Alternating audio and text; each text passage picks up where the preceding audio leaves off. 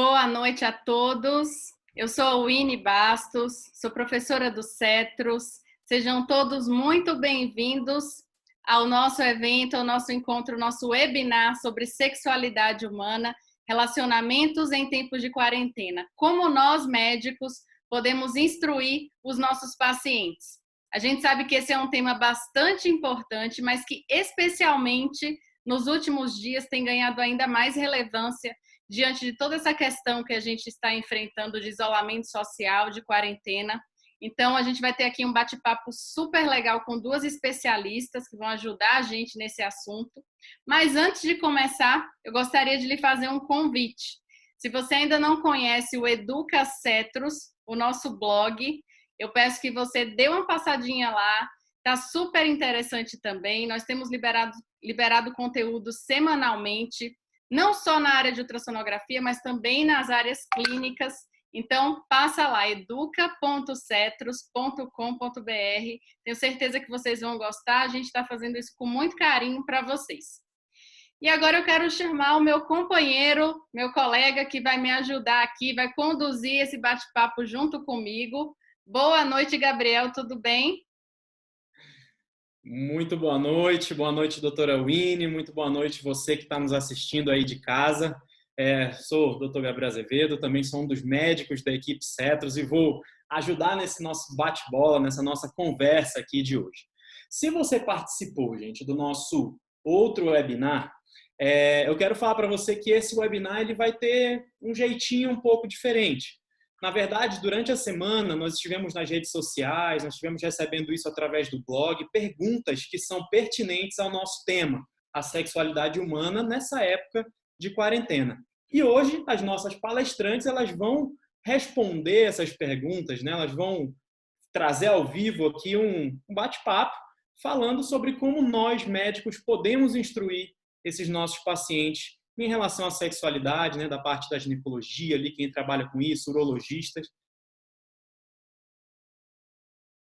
Outra coisa que eu quero falar, se você está pensando assim, eu não consegui entrar durante a semana na rede social e mandar minha pergunta, mas eu tenho uma dúvida que é pertinente. No Zoom, aqui embaixo, gente, ó, na barrinha, no menu que fica embaixo aqui no Zoom, existe um botão chamado Q&A, que é de Questions and Answers, que é de perguntas e respostas. Durante o nosso evento, você também pode fazer a sua pergunta, a gente vai selecionar algumas melhores e vai trazer para a nossa discussão aqui com as nossas palestrantes. Tudo bem? Outra coisa, você que participar aqui com a gente vai receber o seu certificado em casa ainda, né, por e-mail, na verdade, durante a próxima semana. Então, seja muito bem-vindo, seja muito bem-vinda, é um prazer estar aqui com vocês e sem mais delongas, eu quero chamar a nossa primeira palestrante, apresentar uma das nossas coordenadoras da pós-graduação de sexualidade humana do Cetros, né, a doutora Carolina Ambrogini. Muito boa noite, professora. Olá, tudo bem? Queria agradecer a vocês a oportunidade de estar aqui para a gente conversar um pouquinho sobre relacionamentos na quarentena, que eu acho que é um tópico aí que está muito em voga, né? Muito urgente para todos nós médicos, como orientar os nossos pacientes e até para a nossa vida, né? Eu sou ginecologista, sou especialista em sexualidade humana e coordeno a pós-graduação em sexualidade humana da Cetros. Boa noite, doutora Carolina. Boa noite. É um prazer recebê-la. Eu gostaria também de convidar a doutora Aline Ambrósio para se apresentar, ela que também é coordenadora da nossa pós-graduação de sexualidade humana na Cetros. Tudo bem, doutora Aline? Tudo bem, estou super animada aqui de estar fazendo parte desse time fera da Cetros, que já tem uma fama no mercado há um tempão, e eu estou muito feliz de estar integrando agora o grupo de professores, né? Eu também sou, como a Carolina, ginecologista obstetra, fiz a minha formação na escola, acabei fazendo mestrado na mastologia da escola e há alguns anos eu me aventurei aí pelo caminho da sexualidade e acabei me tornando psicodramatista também pela necessidade durante o tratamento da sexualidade de ver o paciente de uma forma mais integrada. Vou passar a bola aí para o Gabriel para a gente começar logo aí esse nosso webinar. Perfeito, professora. Obrigado. Sejam muito bem-vindas. Obrigado pelo tempo, né, pela disposição de vocês. E vamos ao que interessa, né? Vamos ao que o nosso público, já estamos com 156 pessoas, vamos ao que o nosso público quer. Vamos de primeira pergunta aqui. Teve uma pergunta da Andréia Bastos, perguntou isso, é uma médica em Pernambuco, e ela quer fazer a seguinte pergunta, professora. Eu percebo que a pandemia, né, que nos obriga a maior convivência familiar nessa época de pandemia. Tem aumentado o estresse entre o casal no âmbito relacional? Como nós, profissionais de saúde, podemos ajudar? Como contornar essa situação? Doutora Aline.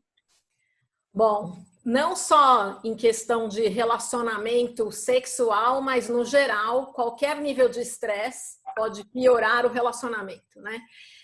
E a gente está vivendo uma época muito ímpar, onde estamos sendo cerceados da nossa liberdade de ir e vir, né? Estamos tendo que ficar confinados em nossas casas e nos obrigando a estar presentes em família muito mais tempo. Então, a forma que eu tenho orientado os meus clientes, porque tem tido uma queixa muito grande, tanto do estresse entre o casal, como também entre os filhos, é que já vai ser uma época que nós vamos perder muito. A gente vai perder economicamente, muitos de nós vamos perder entes queridos, e aí eu tenho estimulado um exercício nessas pessoas, tanto de praticar meditação para diminuir o nível de estresse, né, que é uma coisa que eu insisto muito no consultório, a prática, né, o aprendizado da meditação, mas também eu tenho instigado os meus pacientes a fazer uma listinha do que fez você ter vontade de estar ali com aquela parceria e ter constituído uma família. Exatamente para fazer o exercício contrário do que a gente tem o hábito de realizar, chega em casa e a gente olha os defeitos. A gente esquece de olhar as qualidades e exacerbar as qualidades. E começar a instituir, às vezes, atividades nesse âmbito familiar, como jogos de tabuleiro, sentar juntos para jantar e estarem juntos, olho no olho, né? Aproveitando, se essa família tiver alguma pegada espiritual, espiritualista, que pratiquem juntos, né, a sua crença religiosa, coisas que vão, de novo, aquecendo valores que na nossa sociedade, na correria, a gente foi esquecendo, que são os valores mais sutis e mais delicados. Né? E às vezes essa pandemia, eu converso com as minhas pacientes, que é o seguinte, às vezes a pandemia também está fazendo a gente desacelerar para talvez nos aproximarmos do que é importante, ver que a gente precisa talvez de menos coisa material para viver, né? E por final, eu dou uma pegadinha de neurociências dizendo que o estresse faz uma área do cérebro da gente gritar um pouquinho mais, e o paciente gosta de ouvir coisas assim, técnicas, né? Então, a amígdala gritando, ela sequestra o córtex pré-frontal, que é quem dá a ponderação, o equilíbrio. E a gente fica com o cérebro, todo mundo de adolescente em casa. É um cérebro com uma característica que tem uma grande impulsividade, né? E uma explosão emocional.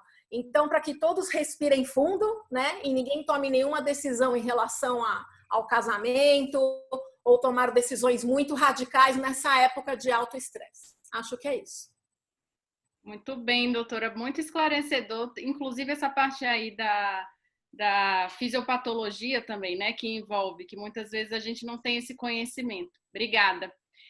Eu tenho uma perguntinha aqui que veio da Juliana Borges, de São Paulo, e ela diz assim: atendo uma paciente que queixa de muitas brigas com o marido durante a quarentena, e a principal queixa dela é sobre a divisão de tarefas e cuidados com os filhos.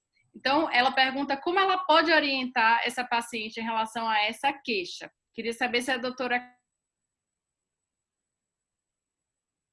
Então, Juliana, o que a gente está percebendo é que o que está acontecendo? Os maridos não estavam tão habituados à rotina da casa, né? Geralmente, quem controla isso tudo é a mulher. A mulher tem ali, mesmo que ela trabalhe, que ela está ali tudo sob o controle dela. Agora, com a quarentena, os homens em casa e, geralmente, as famílias tendo que dar conta dos serviços domésticos, homeschooling, né? As mulheres estão pirando, né? Eles estão entrando em parafuso. E isso está trazendo também, chamando a responsabilidade para os homens, o que é uma coisa boa, né? Só que, antes de tudo isso, precisa existir uma conversa, porque todos ali precisam colaborar. O pai, o homem e a mulher precisam trabalhar também, manter a sua fonte de renda. Todos os trabalhos são importantes, mesmo que um ganhe mais ou que o outro ganhe menos, é importante, né? Então, o que tem que ser orientado? uma divisão de tarefas, algo assim, olha, vamos fazer um combinado, igual a gente faz com criança mesmo. Vamos fazer um combinado? Você olha as crianças de tal hora, eu faço tal coisa, para que a casa flua de uma forma harmônica e para que a mulher não fique também muito sobrecarregada e aí vai entrar na amígdala, né, Aline? Vai ficar irritada e vai sair soltando briga e agressividade para todo mundo. Isso não é legal. Então precisa ter essa conversa, essa organização das tarefas para que tudo flua de uma forma legal. Muito bom, muito bom. Acho que, resumindo aqui, então a gente vai dividir essa louça, né? Nesses tempos de quarentena, ajudar nas tarefas de casa. A gente vai... Como homem, estou chamando a responsabilidade aqui também, professora. Eu acho melhor, ainda mais se você quer transar à noite. Lavar a louça é pré-requisito fundamental. Perfeito, professora. Vamos com mais uma pergunta aqui, então, gente. É uma pergunta da Flávia Moreira, de São Paulo, tá? Que chegou para a gente essa semana também. Como posso ajudar um casal que já estava em crise conjugal e agora é obrigado a conviver dentro da mesma casa nessa quarentena aqui, né? Em tempos de quarentena. Doutora Aline, o que é que nós podemos falar sobre isso? Que pepino, né? Bom, nessa fase, vai ser uma fase que o que a gente pode oferecer para o nosso cliente é até uma consulta online. Essa é a vantagem das técnicas psicoterápicas. Em primeiro lugar, um médico tem que desenvolver a escuta clínica, que a gente não aprende a fazer isso durante a faculdade. Então, ouvir a angústia do paciente, ouvir quem é que está incomodado mais ali dos dois e para que caminho que está andando esse relacionamento. Então, é muito importante a gente aprender técnicas para aprender a dar a rede de sustentação para ouvir a angústia do cliente, em primeiro lugar. Porque aí você cria o espaço para conseguir ser ouvido, né? E começar a treinar nesse casal a comunicação. Então, o médico ou o terapeuta, ele vira o mediador da comunicação do casal, onde ele vai mostrando quando um não é assertivo no que ele diz, né? E o outro não está entendendo a comunicação e vice-versa, né? Eu uso muito, porque por ser psicodramatista, eu acabo usando muito técnica de espelho, e a gente até durante a pós vai ensinar essas técnicas, aonde você imita um dos cônjuges ali, até posturalmente ou na voz, você faz ele escutar a comunicação e depois observar o que aquela comunicação causa nele. Outro ponto importante quando tem crise conjugal é entender qual é o vínculo que levou aquele casal a estar junto no início da relação e se esse vínculo é o mesmo.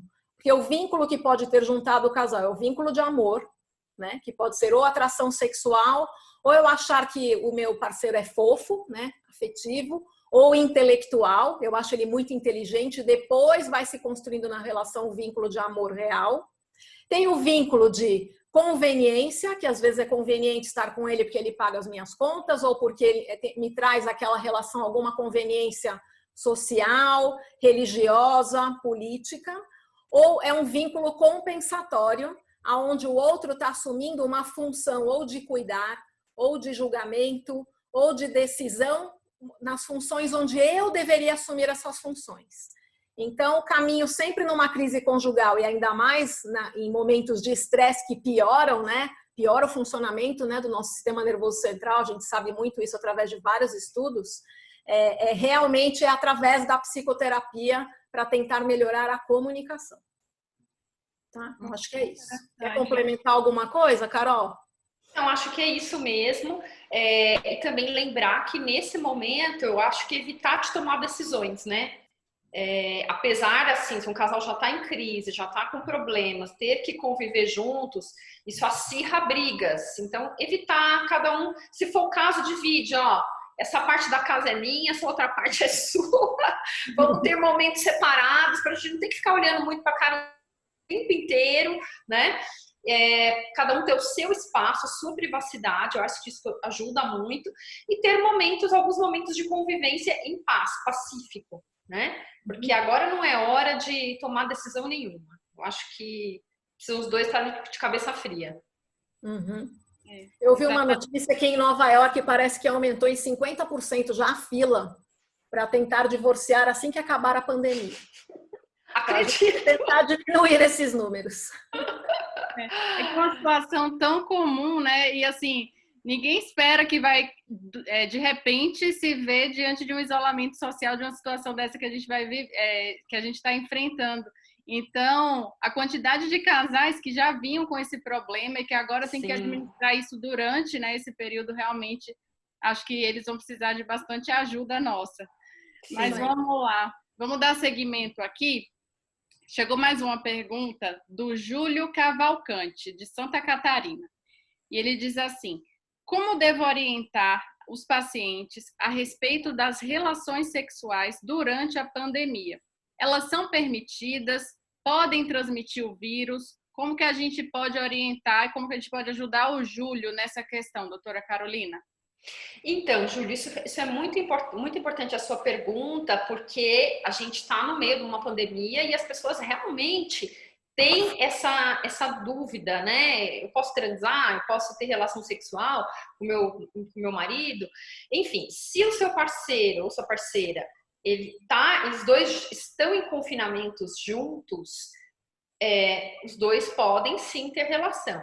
Agora, se um sai para trabalhar, por exemplo, um é um médico, um profissional de saúde que sai para trabalhar, está ali podendo pegar o coronavírus, ele pode transmitir isso para sua esposa através da relação sexual.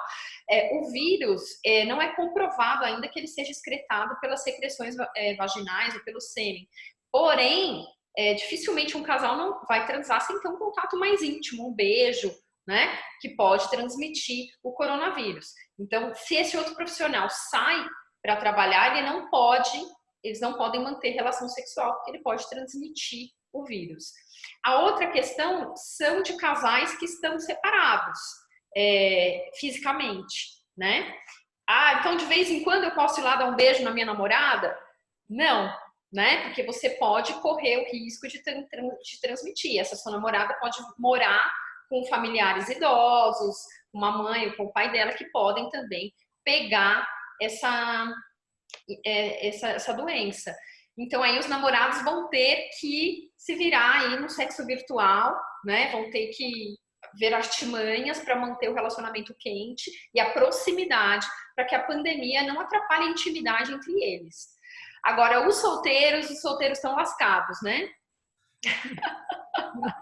Porque como é que você, exceto as formas virtuais, como é que você vai ter um encontro ocasional e correr o risco de pegar o coronavírus? Então, a gente tem que trabalhar com essas angústias dos nossos pacientes, aqueles pacientes que estão sozinhos na quarentena. Eu tenho percebido também essa demanda, né, das mulheres. Eu moro sozinha, eu estou sozinha esse tempo todo. Também não é fácil. Então, a gente tem aquela situação do casal que está brigando, mas a gente tem a situação dessas pessoas que estão solitárias em casa. E que também não é fácil, e sem a possibilidade ainda de namorar ou de arrumar um parceiro futuramente, porque será que ele vai estar contaminado ou não? Então, nós precisamos ouvir essas angústias e amparar os pacientes, falar, olha, isso é momentâneo, é um período que a gente está vivendo, não vai ser assim para sempre, né? Então, acalmar um pouco as angústias dos nossos pacientes. Eu queria dar uma complementada no que a Carol estava dizendo, por conta de algumas perguntas similares que eu venho recebendo na clínica. Alguns adultos jovens e solteiros, quando vão para a balada para evitar a AIDS, acham que isso funciona, sendo que não tem comprovação científica, usam os TARVs, né? Que são as terapias antirretrovirais antes de ir para a balada. Então ele toma uma dose alta lá de um coquetel anti-HIV e vai para a balada. E agora começaram a surgir as dúvidas dos clientes se não daria para tomar hidroxicloroquina ou até o Anita, que começaram a aventar como tratamentos, né, para o corona. E também a gente tem o papel de enfatizar que nada disso funciona, inclusive os TARVs anti-HIV. Não sei se a Carol também está experienciando esse tipo de pergunta no consultório. Não, ainda não tive nenhuma com relação à cloroquina. Uma pergunta muito de coronavírus, mas acho que não tinha visto nenhuma discussão ainda sobre esse ponto, né, de transmissão, de relação sexual, de como adquirir, como se comportar com seu parceiro ali, caso ele esteja no grupo de risco, caso esteja saindo para trabalhar. Até porque, assim, atualmente a gente está no confinamento, mas o vírus não vai acabar a hora que a gente sair do confinamento, né? Então a gente vai precisar ser cuidadoso com relação a esses contatos mais íntimos, porque o simples beijo pode transmitir. E isso gera muita angústia, né? Muito bom, professora. Gente, só para falar, se você tem uma pergunta, vai aqui na função QIA, aqui embaixo, deixa a sua pergunta, a gente está selecionando aqui algumas durante o próprio webinar e todas vão ser respondidas. O que não for respondido ao vivo, aqui vai ser respondido lá no privado, as professoras vão ficar um tempinho depois e vão respondendo essas perguntas na função QIA, aqui de Questions and Answers, aqui embaixo. Então, vamos para a próxima pergunta. Uma pergunta feita por Daniela Andrade, do Rio de Janeiro. Se você for fazer uma pergunta, coloque seu nome, coloque pelo menos o estado ou a cidade de onde você é. Daniela Andrade, como oriento os meus pacientes sobre formas de manter a libido em alta durante a pandemia, quando todos estão estressados e temerosos com relação ao futuro? Alguns pacientes questionam sobre o uso de testosterona. Existe alguma indicação para usar essa testosterona para aumentar a libido? Doutora Aline, por favor. Bom, vamos lá. Estresse piora a libido, tá?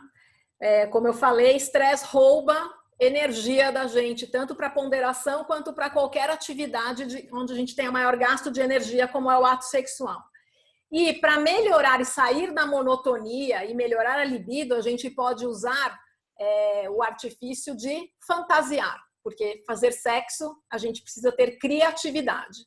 E sair da monotonia, melhorar o script sexual, ampliar esse script, abrir para jogos eróticos ou para brinquedos ou até para o autoconhecimento com masturbação ou até para massagem tântrica é uma maneira da gente fantasiar e sair da monotonia. Indo agora para a questão da testosterona, muito se fala, né, da reposição, implante com gestrinona, com testosterona, vários coquetéis são oferecidos hoje por colegas no mercado, mas o uso de hormônio masculino na menacme, ele é fora de bula. Tá? A gente acaba, às vezes, usando como coadjuvante para tentar melhorar um pouquinho, diminui a massa gorda, mas geralmente precisa de uma quantidade alta de hormônio para isso e a gente não tem estudo randomizado para falar os efeitos colaterais a médio e longo prazo para isso, mas a gente usa para aumentar o desejo sexual, porém, é uma menor parte do que mexe com a nossa libido é a parte hormonal. A mulher, então, e alguns homens também têm um comportamento circular no ciclo de resposta sexual, a parte hormonal geralmente é uma das menores dela. É importante como que está o seu ritmo de vida no trabalho, na sua casa, e hoje todo mundo está super estressado, como que é o relacionamento, essa coisa da fantasia, o quanto um e o outro estimula. A Carol falou que o homem tem que lavar a louça, né, Carol? Para a mulher querer fazer sexo à noite, a gente usa uma frase no consultório que é: o sexo para a mulher começa no bom dia do café da manhã.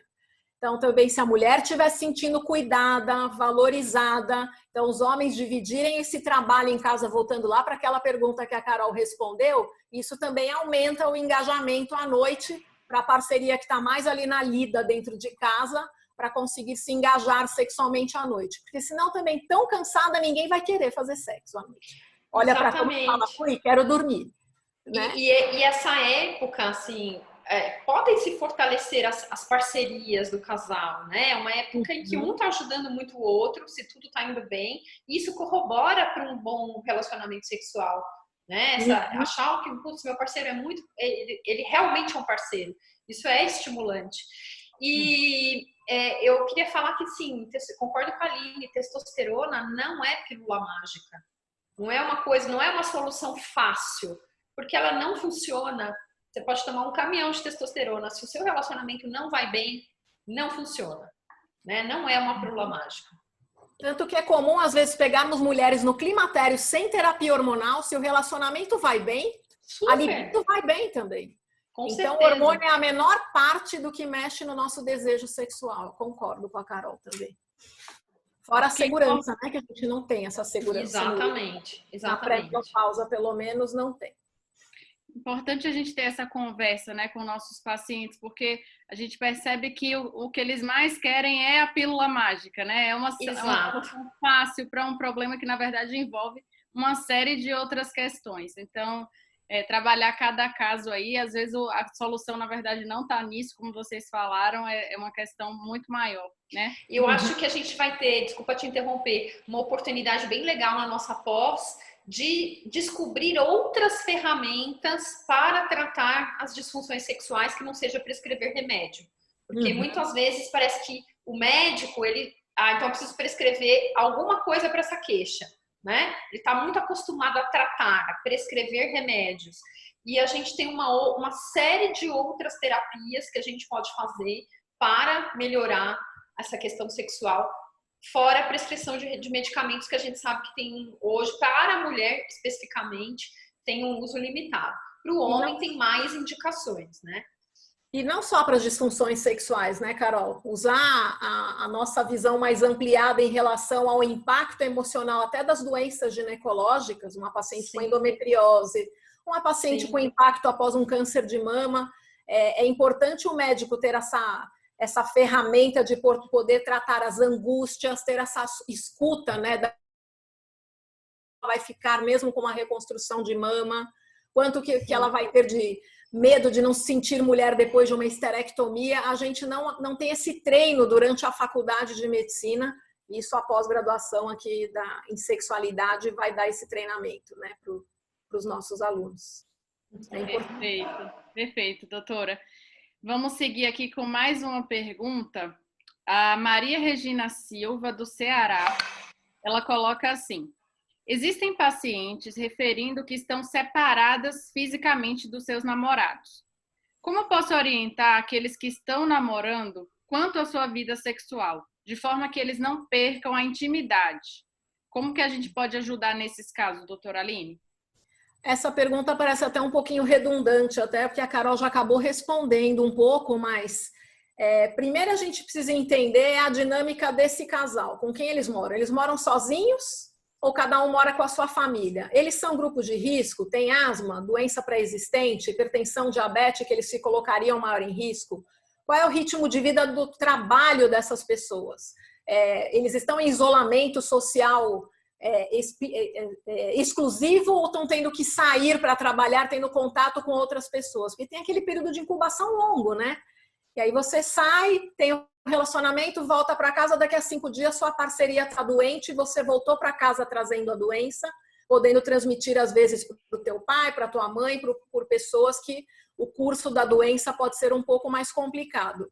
Então, só complementando também o que a Carol disse, né? O contato sexual, não dá para a gente fazer sexo, se não for no virtual, sem um contato. Não dá para fazer sexo a 1 metro de distância, a não ser que a gente só brinque na fantasia e na masturbação, um pouco na forma mais platônica.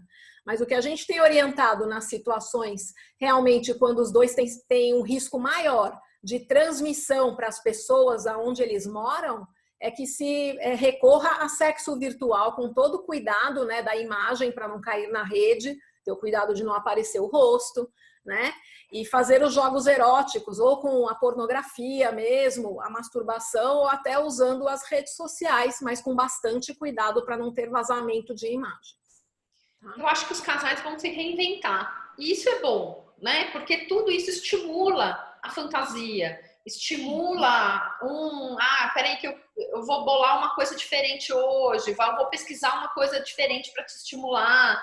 E existem vibradores que o casal pode virtualmente acionar para dar prazer para o outro, isso é muito legal, né? Então tem um controlinho remoto, um aplicativo no celular que ele estimula a intensidade da vibração para o outro, isso é muito bacana, né? Então eu acho que os casais vão se reinventar.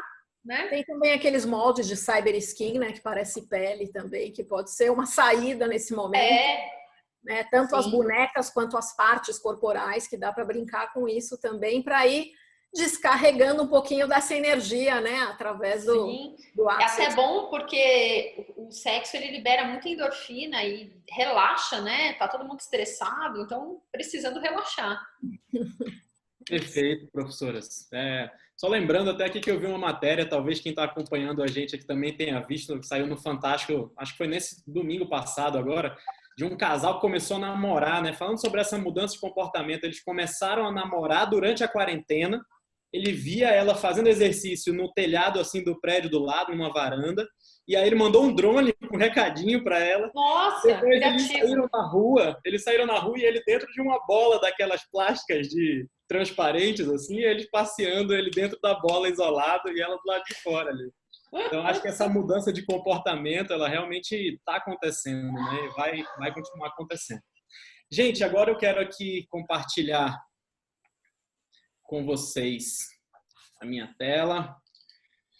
E quero falar um pouquinho, né, sobre o que está acontecendo aqui. Se você entrou agora, se você chegou agora, né, nós já estamos aqui com mais de 210 pessoas aqui acompanhando esse webinar. Muito obrigado, sejam bem-vindos.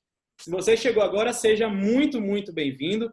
E eu quero falar para você o que está acontecendo. Nós estamos aqui no nosso webinar sobre sexualidade humana. Doutora Carolina e doutora Aline estão discutindo aqui com a gente alguns temas sobre como os relacionamentos vão ficar nesse tempo de quarentena, né? Como os relacionamentos vão se moldar nesse tempo de quarentena.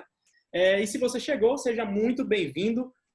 Mande sua pergunta aqui embaixo. Acho que a Winnie tem alguns recados aí para a gente também, só para a gente se situar, né, no nosso webinar, se você chegou um pouquinho atrasado.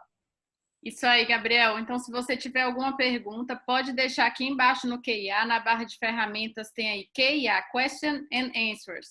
Então, você pode abrir, coloca a pergunta lá. Algumas perguntas nós estamos selecionando para fazer agora. Algumas outras elas já foram selecionadas durante a semana nas nossas redes sociais. Mas não se preocupe se você tem alguma dúvida para deixar para as nossas especialistas, para as nossas professoras. Pode deixar lá. No final desse bate-papo, elas vão ficar um tempinho, vão responder tudo que não deu para a gente abordar aqui durante a nossa conversa. Então, deixe sua pergunta, com certeza sua dúvida vai ser esclarecida. Outra coisa que eu queria lembrar é que vocês vão receber, todos que estão participando vão receber um certificado por e-mail, tá? Então, todo mundo vai receber um certificado. No final, a gente fala um pouquinho mais sobre isso. Fiquem atentos aí nos e-mails, né, nessa próxima semana que deve estar chegando. E aqui na tela, gente, eu compartilhei a tela com vocês, com 2 QR Codes agora, né, que é a nossa moda da quarentena aqui. Então, se você, por um acaso, nessa conversa, ou se você já tinha um interesse antes em aprender mais sobre sexualidade, em tratar seus pacientes, seja você, né, da área que for, você quer aprender mais, quer ganhar mais conhecimento para poder ajudar mais pessoas, tem um QR Code aqui à sua esquerda da tela que leva para a nossa página curso de pós-graduação em sexualidade humana com as nossas palestrantes de hoje aqui. E também não deixe de conferir o nosso blog, que é o QR Code do lado direito. Aqui o blog é o Educa Cetros, é um blog novo do Cetros. Toda semana tem saído conteúdo. E o nosso último post foi justamente sobre sexualidade.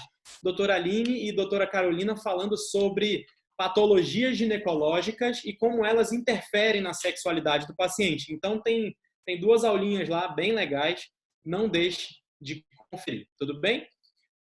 Vou interromper aqui o meu compartilhamento para nós voltarmos para as perguntas que já foram selecionadas aqui. Vamos lá, então, agora. Para a doutora Carolina, tá? Essa pergunta foi feita pela Tâmara Ferrugem, lá da Paraíba, médica da Paraíba, tá? Muito bom ter gente do Nordeste assistindo aqui com a gente também. A pergunta é a seguinte: tem surgido maiores queixas de disfunções sexuais nesse momento? Acho que no momento da quarentena, a queixa tem aumentado. E quais terapias podem ser aplicadas nesse contexto? Pergunta da Tâmara. Então, Tâmara, tem sim, assim, a principal queixa é com relação à libido, por conta do estresse dos relacionamentos, né?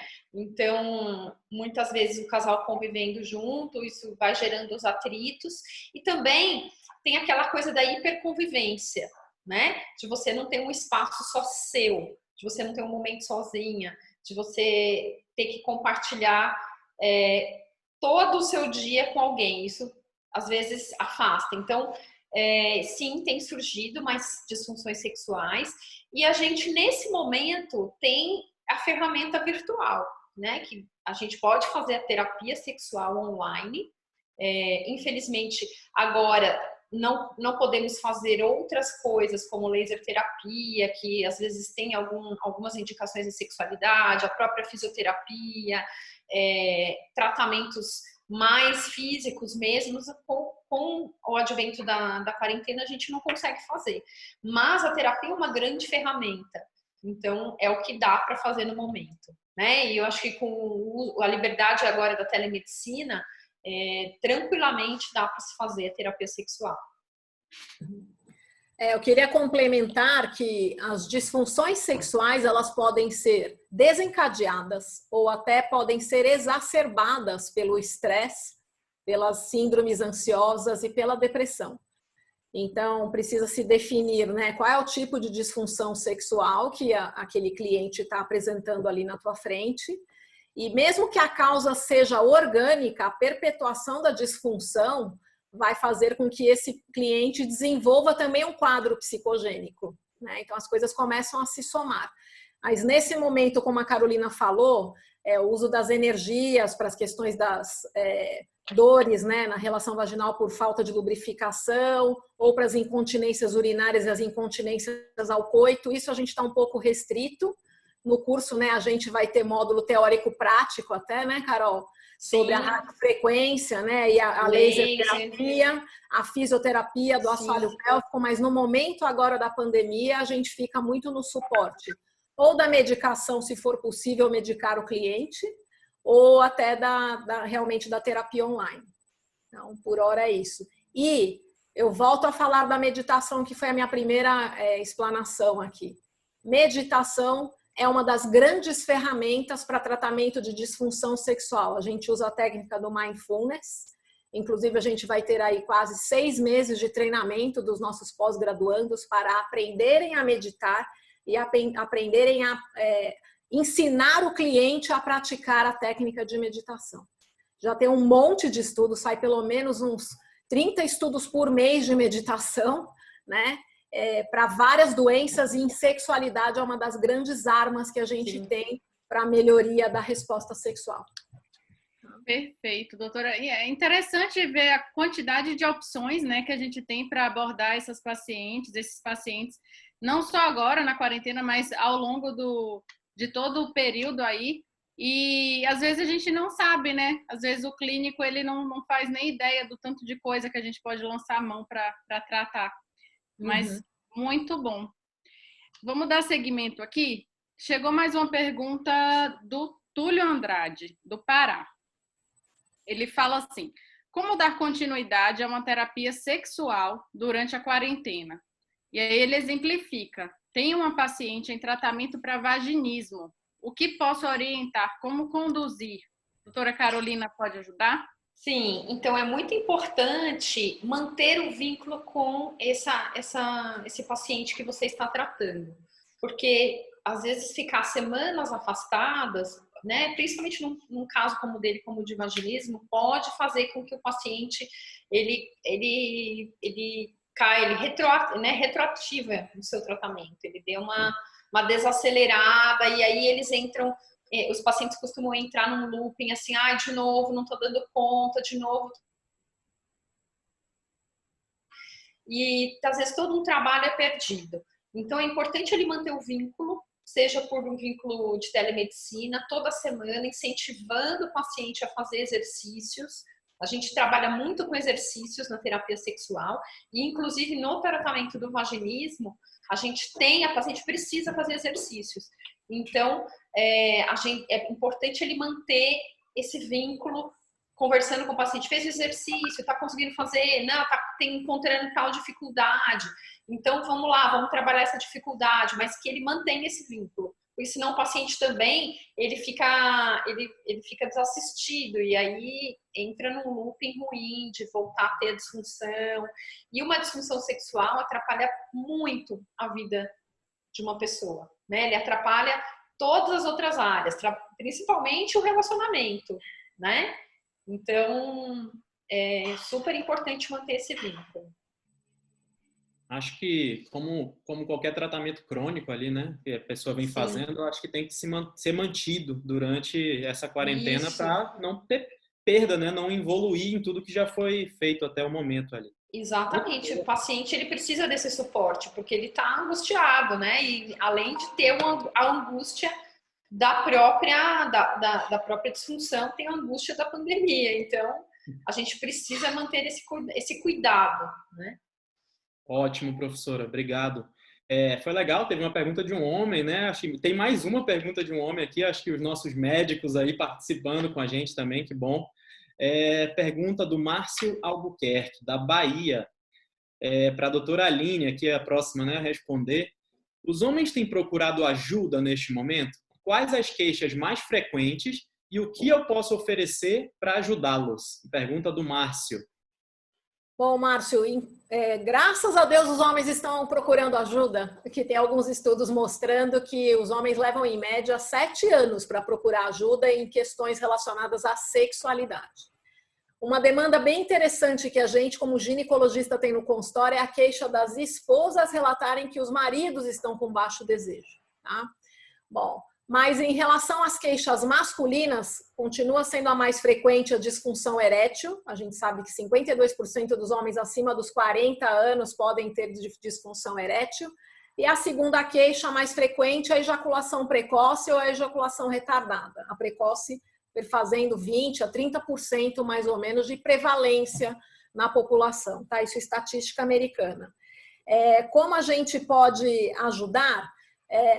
Muitas delas têm causas orgânicas e a maioria a causa psicogênica. Bom, para disfunção erétil a gente tem várias drogas que podem ser usadas, mas nesse momento, se o cliente não tiver ali para a gente fazer a avaliação clínica, inclusive, porque às vezes a disfunção sexual masculina ela pode ser o sinal de um distúrbio cardiovascular ou alguma outra doença orgânica, então é importante que esse paciente saiba disso, que ele seja encaminhado para um clínico para fazer a avaliação da parte cardiovascular, mas se também tiver todo o exame físico ok e tudo adequado à parte cardiovascular, a gente acaba usando os inibidores de fosfodiesterase 5, que são drogas, no caso da disfunção erétil, associando com a terapia psicogênica, né, para diminuir a necessidade de ter um ótimo desempenho sempre. E para os distúrbios ejaculatórios, além da gente usar os inibidores de recaptação de serotonina, porque parece que quando a gente embebe o cérebro de serotonina, você retarda, né, o IELT, que é o tempo entre o início da excitação, da penetração, até você ter a ejaculação. Então, o uso dessas drogas, mas tem que ser associada, às vezes, com terapias comportamentais. Às vezes, também, tirar o foco da relação, e para isso a gente precisa da colaboração da parceria, tirar o foco do sexo genitalizado, de pênis na vagina. Então, ampliar o script sexual para outras formas, para tirar o foco e a atenção do paciente de que sexo é sempre pênis na vagina. E às vezes a gente usa o foco sensorial, que é a sensibilização de outras zonas erógenas, mas tudo isso a gente vai passando depois com calma no curso da pós-graduação para os nossos alunos, mas é bom que todos os outros clínicos também saibam que existem técnicas comportamentais que podem ser associadas no tratamento dessas disfunções. Excelente, doutora. Obrigada pela resposta. Acho que respondeu bem aí a pergunta do Márcio, né? Agora a gente vai entrar aqui numa pergunta que a Lorena Chaves, do Rio de Janeiro, trouxe. É um assunto bem delicado, né, para a gente tratar aqui. Então, ela coloca assim: como lidar com uma queixa de violência doméstica? Sabemos que as estatísticas estão aumentando, infelizmente, né, nesse período. A doutora Carolina pode responder? Sim, infelizmente a violência sexual a violência doméstica, né, tem aumentado. A gente saiu um estudo interessante mostrando que, na verdade, as denúncias diminuíram, até porque as mulheres estão confinadas, então elas estão sem saber se os locais de apoio estão atendendo, mas que nas redes sociais essas queixas, essa menção à palavra violência, as questões da violência doméstica aumentaram. Então as mulheres elas estão se comunicando através das redes sociais, muitas vezes pedindo ajuda ou enfim, ou até às vezes um vizinho relatando que tem ouvido brigas.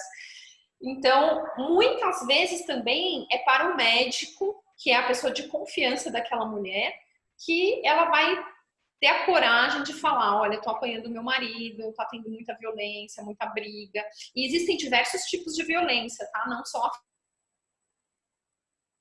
violência econômica. Então, todos esses são tipos de violência que muitas vezes o médico é quem vai acolher. Então, ele precisa, num primeiro momento, acolher a queixa da paciente, escutar, saber escutar, ver o que ela vai trazer e poder orientar, mas assim, sem dar conselhos. O papel do médico não é, ou do terapeuta nessa hora, não é dar conselho, larga seu marido então, sai de casa, vai para casa da sua mãe. Não, é dar ferramentas para essa pessoa se posicionar diante do agressor, para que ela encontre recursos próprios para sair de um relacionamento abusivo. Esse é o nosso papel, ouvir, acolher, que muitas vezes só de falar essa angústia já é melhorada, né? Já tem uma vazão para essa angústia, e depois fazer na terapia, só um minutinho que está aqui, resolveu cair meu fone, que a mulher tenha ferramentas mesmo para... Primeira coisa, identificar que ela está vivendo um relacionamento abusivo. Identificar que aquele homem, que muitas vezes é o agressor, que ele tem momentos de agressão e depois pede desculpa e depois se retrata, que ele tem já um comportamento agressivo e que esse comportamento vai se repetindo outras vezes. Então, não é fácil. Muitas vezes a gente não entende por que a pessoa continua vivendo com aquele agressor. Às vezes tem uma questão econômica envolvida, então a gente precisa entender todo o contexto e evitar de ficar dando conselhos, tá? Eu acho que isso é a principal coisa. Doutora, a senhora falou sobre o papel do médico, né? Então, assim, aproveitando aqui, a Vanessa Brandão de São Paulo, ela pergunta, seria papel do médico denunciar a violência doméstica? Não é papel do médico fazer essa denúncia. Até porque existe um sigilo entre você e o seu cliente e o seu paciente. Existe esse sigilo. Você não pode quebrar esse sigilo, tá? Ele tá ali muitas vezes falando tudo aquilo para você, porque ele sabe que existe um sigilo e que você não vai poder falar isso para ninguém mais. Se você vai lá e faz uma denúncia, você muitas vezes quebra essa relação de confiança. A não ser que exista um risco de vida, né? No risco de vida, o médico pode sim quebrar o sigilo com o seu paciente, mas isso é uma questão muito delicada. Eu acho que antes de tomar uma atitude é importante ele se aconselhar com outros profissionais, entender como, se você está com, a gente não é obrigado a saber tudo, né? É importante a gente fazer supervisão de casos difíceis, que a gente possa conversar com outros médicos, com outros terapeutas, o que eu faço nessa situação, quando existe assim um risco de vida, uma situação mais grave. A gente se assusta também, né? Porque a violência nos atinge também, para nós que escutamos isso. Então, não é fácil lidar com essas queixas. Perfeito, professora. Eu sei que a gente já tinha até, né, pelo horário, a gente tinha selecionado mais uma pergunta, mas agora, de urgência aqui, chegou uma pergunta feita por uma das professoras do CETROS, a doutora Juliana Abdala, né, que é uma das nossas professoras na parte de medicina fetal e obstetrícia, ultrassonografia. E ela vai fazer uma pergunta aqui que é a seguinte. Primeiro, ela parabenizou as professoras, né, estão quebrando muitos tabus, falando de forma tão clara, já deixou um super elogio aqui para as duas. E fez essa seguinte pergunta. É indicado para todas as mulheres os exercícios para fortalecimento pélvico para manter uma boa saúde sexual?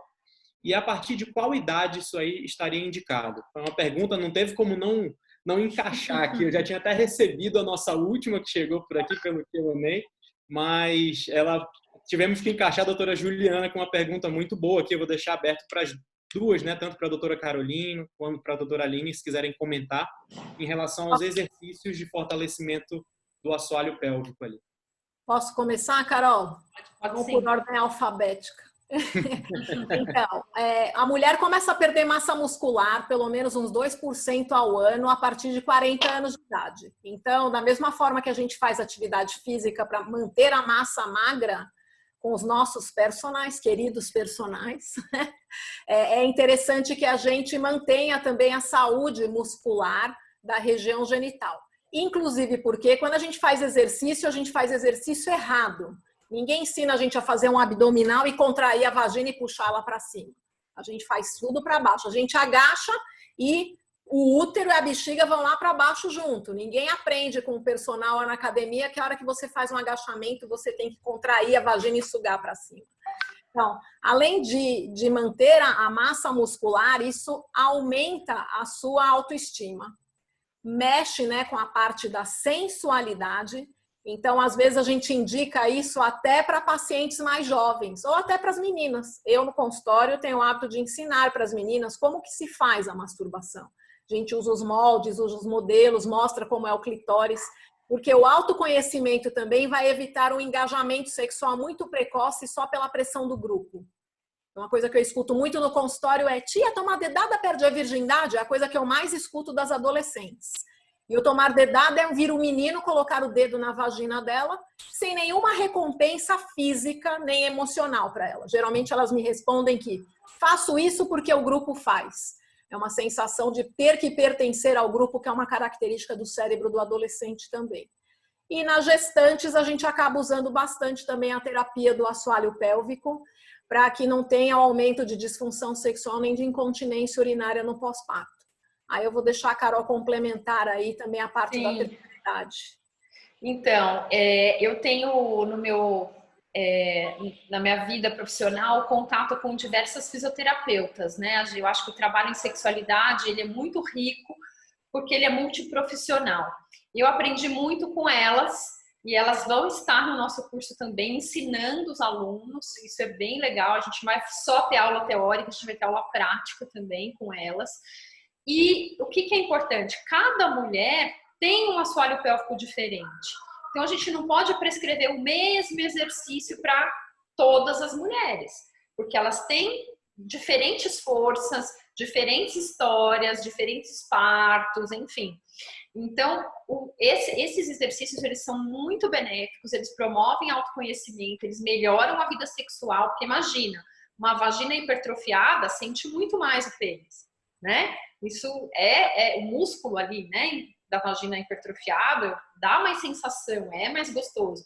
Então, a gente deve recomendar sim, mas individualizado. Conheça o assoalho pélvico, aprenda a tocar as suas pacientes, entenda como é feita a avaliação do assoalho pélvico, porque o mesmo exercício para todas, às vezes, pode ser até prejudicial. Entendi, doutora. Perfeito. Olha só, o nosso público aqui, tá todo mundo amando. Acho que não vai Bom, acabar. fico feliz. Acho que esse webinar não vai acabar. Só mais uma antes da última que a gente tinha acertado pelo horário, porque realmente a gente continua com mais de 200 pessoas o tempo inteiro aqui durante toda a nossa conversa. Então, vou fazer a pergunta da Cíntia Dantas. Ela pergunta, na verdade, se existe alguma orientação específica para gestantes. Com relação ao quê? À sexualidade? Isso. Ou a Período de gestação. Hã? Em relação à sexualidade durante o período de gestação. Ah, sim. Eu acho que é muito importante que a gestante, que o casal tenha uma vida sexual ativa durante a gestação. Claro, se não houver nenhuma contraindicação, né? Sangramento, risco de trabalho de parto prematuro, mas é muito saudável que esse casal se relacione. Até porque senão um começa a ver o outro como pai e mãe. E isso confunde muito a cabeça das pessoas, sabe? Principalmente depois que nasce o filho. É a mãe do filho, né? Então isso confunde. Então a conexão entre homem e mulher é dada pelo relacionamento sexual que eles têm entre eles. E eles vão se tornar pais e mães. Se esse relacionamento se perde, se esse vínculo sexual se perde, é muito deserotizante para o casamento e gera diversas crises sexuais. Imagina ficar 9 meses da gestação sem vida sexual ativa e depois mais sei lá quantos do puerpério, que na minha visão é a pior fase da vida sexual de um casal. Não é menopausa, não é terceira idade, e sim puerpério. Então, é um gap muito grande que o casal vai perdendo intimidade, né? E vai perdendo ali esse vínculo homem-mulher, que é a relação sexual que dá. Eu costumo orientar as minhas pacientes que a libido durante a gestação ela é variável, né, de mulher para mulher, porque depende também muito da autoimagem. Se você está se sentindo sensual, bonita, isso é super importante. No primeiro trimestre tem gente que tem medo de transar porque acha que vai perder o bebê. E no último trimestre tem marido também que não quer transar porque ele acha que vai cutucar o bebê ou que vai desencadear o parto prematuro. Então eu sempre abro a discussão acerca desses mitos e tabus para derrubá-los, né, e manter entrosados e conectados o casal. E hoje em dia está nessa moda o parto humanizado, né, fazer bolo revelação e chá de não sei o que, chá de fralda. Eu falo que eu faço chá da queda da ilusão do pós-parto. Eu brinco com as minhas clientes que fazem o pré-natal. Então, vem cá, bem legal esse chá ali. Como é que fica depois? Ó, a prolactina... É um chá de boldo, bem amargo. A prolactina sobe, cai a testosterona e o estrógeno, a gente fica com aquela barriga que não é mais de grávida e também não é a sua barriga normal, aí você só quer transar com a luz apagada, aí você tem um orgasmo na cara do parceiro. Eu conto tudo isso. Conto tudo isso para que o casal entre numa sintonia e tenha parceria. E outra coisa que eu sempre falo é assim: não pode chamar o parceiro de mãe e pai. Quer me deixar nervosa? Ver o marido chamando a esposa de mãe. Não, ela não é sua mãe. Ela é sua esposa, sua namorada, sua rainha, o que você quiser. Porque se a gente perde a erotização e esse namoro durante o pós-parto também, eu cheguei a fazer uma vez uma conta no meu consultório, chega a quase 20% de divórcio no primeiro até o segundo ano de vida dos bebês. Sim. Quem faz filho querendo segurar casamento só ajuda a afundar casamento. Com certeza, com certeza, concordo plenamente. As sexualidades são uma parte extremamente importante, né, da relação. Sim. Então, vocês já podem orientar e não ficar só no quarto bonito, no parto, que tem que ser o parto vaginal, sem anestesia, sem epísio, essas loucuras todas agora que colocaram todo um peso, né? Parece até religião, né? Um peso no jeito do parto. Eu acho que a gente também tem o papel de orientar para deixar o casal sem aquela expectativa que vai ser tudo um mar de rosas. Não vai, e a gente tem um monte de coisa aí para estar junto e superando e passando por isso juntos. Eu acho que o médico também tem um papel essencial em estar dando essas orientações previamente para os clientes. Muito bom. Perfeito, perfeito, professora. Obrigado por... a gente já está até passando quase o nosso tempo previsto aqui, né? Mas a palestra está tão boa, nós estamos mantendo mais de 200 participantes aqui, mesmo concorrendo com outras lives, televisão, tudo, mas eu acho que o tema está trazendo um interesse tão real dos nossos ouvintes aqui, dos nossos alunos, que a gente está mantendo uma frequência excelente. Infelizmente, eu vou precisar partir para a última pergunta, que foi selecionada, tá? Se você fez uma pergunta lá no QIA, gente, isso é importante, se você fez uma pergunta no QIA, mas a sua pergunta não veio aqui para o ao vivo, as doutoras não conseguiram responder, eu vou pedir que você continue na reunião, mesmo depois que a gente acabar aqui cada pergunta, porque elas vão lá no QIA e elas vão responder individualmente as perguntas. Vão ter trabalho, professora, tem bastante pergunta ali. Vão responder individualmente as perguntas lá com texto para cada um de vocês. Então, não saiam da reunião, senão vocês não vão conseguir receber essas respostas que elas vão dar. Tudo bem? Partindo para a última pergunta selecionada aqui, foi uma pergunta da Clara Borges, do Tocantins. E sendo a última pergunta, eu vou deixar vocês duas falarem um pouquinho. Primeiro a doutora Carolina, depois a doutora Aline, tá? Então, vocês acreditam que os ginecologistas estão prontos para atender a demanda da sexualidade no consultório?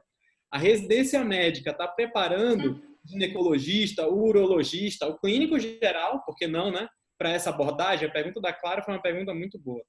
E de que forma prática eles podem ampliar esse conhecimento nessa área, como aprender mais para poder melhorar dia a dia ali, né, do atendimento deles? Doutora Carolina primeiro. Então, não, infelizmente as faculdades médicas não preparam em nada, não tem uma matéria sobre sexualidade humana. E o aluno sai, né, o aluno de medicina, ele sai muito despreparado para lidar com as questões da sexualidade. Então, ele nem pergunta para os pacientes, porque ele não sabe dar a resposta. E se o paciente traz a queixa, o que a gente percebe é que o paciente, pelos próprios pacientes, quantas orientações errôneas são dadas, né? Ah, toma um vinho, a troca de parceiro, isso faz tal coisa. Então, assim, justamente mostrando quanto o médico tem dificuldade de lidar com essas queixas sexuais e que são muito frequentes. Essa é a questão. Então, ele não sabe o assunto e aí ele chega os pacientes com as queixas e ele fica completamente perdido. Né? Na residência médica também, muitas vezes o foco do residente ali é operar, é fazer X partos, fazer tantas cirurgias, e ele também não se prende tanto a esses assuntos mais complexos como a sexualidade. E aí, quando ele se forma, tem nada de cirurgia e tem muita disfunção sexual.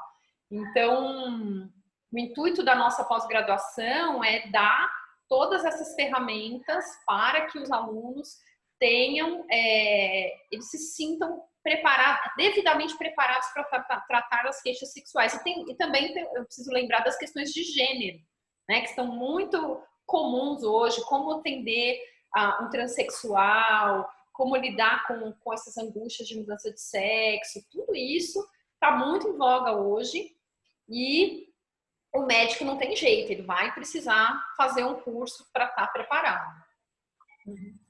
Eu concordo com a Carolina, eu acho que as nossas faculdades de medicina ainda estão muito dentro de um paradigma newtoniano materialista, onde a gente é treinado a olhar o paciente compartimentalizado. Então, eu brincava que antigamente, como ginecologista, o paciente entrava, ele era um par de mamas, um par de ovários e um útero entrando no consultório. Porque a gente não raciocina no tratamento do nosso cliente de forma integrada, né? Quantas vezes eu tive paciente que eu operei com câncer de mama e ela ficou anos depois sem poder ter relação com o marido porque ela não tinha espaço para trazer a angústia dela. Então, eu acho que a gente não está preparado, a gente não tem também um treino que a Carol comentou, que é muito importante, a gente não dar a opinião. Quando a gente trata de um cliente, vai ouvir as queixas dele, a gente tem que se despir dos nossos valores. Eu tenho que me despir dos meus valores religiosos, morais, sociais, porque às vezes quem está sentado ali é um europeu, é um evangélico, sendo que eu sou espírita, por exemplo, e a gente não tem que dar opinião e nem falar o que o paciente tem que fazer. Então, esse treinamento dessa escuta, ouvir a angústia, realmente a gente não tem durante a faculdade. Eu falo que o médico não está preparado para atender as queixas relacionadas à sexualidade, mas metade da nossa população desenvolve alguma disfunção sexual durante suas vidas. Então, falta especialista no mercado. E aí, realmente, eu encorajo vocês a fazerem a pós em sexualidade, porque tem mercado e bastante angústia para a gente tratar por aí, tá? É nisso que eu acredito, por isso que eu me juntei ao time da Cetro, junto com a Carol, e porque a ideia é a gente realmente, como médicos, melhorar a saúde do paciente, que não é só saúde física, é a saúde mental, a saúde emocional, a saúde espiritual e a sexual. E a gente realmente não está treinado na faculdade para lidar com tudo isso. Exatamente, doutora. Acho que eu posso até falar, eu sou ginecologista também, né, de formação. Hoje eu faço ultrassom, mas durante a residência médica a gente não tem realmente nenhum foco, né, nesse assunto, a gente não é preparado, a gente sai, o primeiro ambulatório que você vai fazer, acho que metade ou mais das pacientes trazem essas queixas e você não sabe como agir, como orientar, o que fazer.